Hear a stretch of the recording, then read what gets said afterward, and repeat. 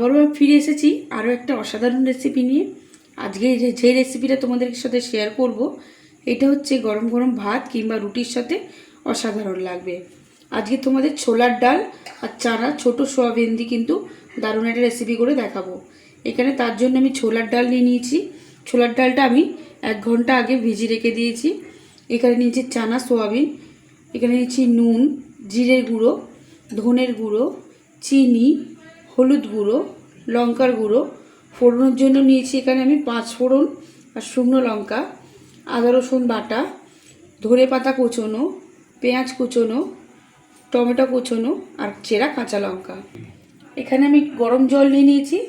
চানা সোয়াবিনটাকে আমি 10 থেকে 15 মিনিট মতন জলে একটু ভিজিয়ে রাখবো। ছোলার ডালটা সিদ্ধ করবার জন্য প্রেসারে জল দিয়ে দিয়েছি। ছোলার ডালটা ধুয়ে আমি সিদ্ধ করতে বসিয়ে দিলাম। 2টো সিটি দিয়ে আমি ছোলার ডালটা একটু সিটি মেরে নেবো। আমি 2টো সিটি মেরে সিদ্ধ করে নামিয়ে নিয়েছি। এবার এটাই থেকে আমি ভিজিয়ে রেখেছিলাম সোয়াবিনটাও ঠান্ডা হয়ে গেছে। ঠান্ডা হয়ে যাওয়ার পর কিন্তু অনেকটা পরিমাণে ফুলে গেছে। এবার এক্সট্রা যে জলটা আছে জলটাকে কিন্তু খুব ভালোভাবে চিপে একদম বার করে নিতে হবে। সোয়াবিনের এক্সট্রা জলটা আমি একদম চিপে বার করে নিয়েছি। কড়াই আমি সর্ষের তেল দিয়ে নিয়েছি। তেলটা গরম হয়ে গেছে। এখানে 5 ফোড়ন আর শুকনো লঙ্কাটা ফোড়নের জন্য দিয়ে দিলাম। ফোড়নটা একটু লাল হয়ে গেলে আমি এবার এখানে একটু পেঁয়াজ কুচিটা দিয়ে দেবো। এখানে পেঁয়াজ কুচি দিয়ে দিচ্ছি। পেঁয়াজ কুচি দেওয়ার পর এখানে পেঁয়াজটা নরম হওয়ার জন্য এখানে নুন দিয়ে দিলাম পরিমাণ মতো। পেঁয়াজটা আবার একটু ভালো করে ভেজে নেব। পেঁয়াজটা খুব ভালোভাবে ভাজা হয়ে গেছে। এখানে 1 চামচ আমি আদা রসুন বাটা দিয়ে দিলাম, টমেটো কুচোনো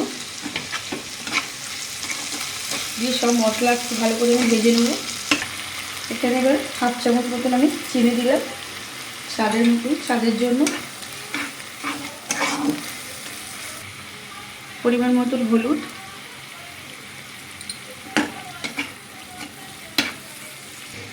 ধনের গুঁড়ো, জিরের গুঁড়ো,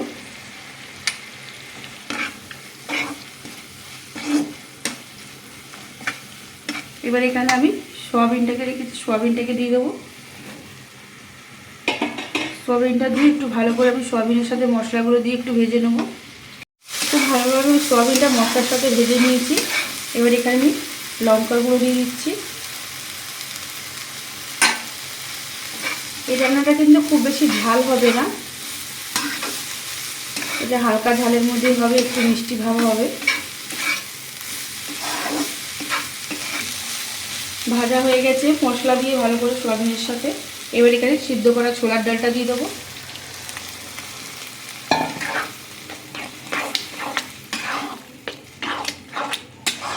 এটা কিন্তু একটু মাখা মাখা হবে, খুব বেশি ঝোলও হবে না। এখানে আর 1/2 কাপ মতন আমি গরম জল দিয়ে দেবো। এখানে 1/2 কাপ আমি গরম জল দিয়ে দিয়েছি। এবার ভালো করে এটাকে আমি ফুটতে দেবো। একদম কিন্তু মাখা মাখা হয়েছে। এবার এর উপর থেকে চেরা কাঁচা লঙ্কাগুলো দিয়ে দিলাম, ধনে পাতা কুচোনো। এটা একদম রেডি হয়ে গেছে। আমি এবার এটাকে নামিয়ে নেবো। দারুণ একটা রেসিপি তোমাদের সাথে শেয়ার করলাম। আজকের এই রেসিপিটি যদি তোমাদের ভালো লেগে থাকে তাহলে তোমরা এরমভাবে বাড়িতে তৈরি করবে। আশা করি কিন্তু তোমাদের খুবই ভালো লাগবে।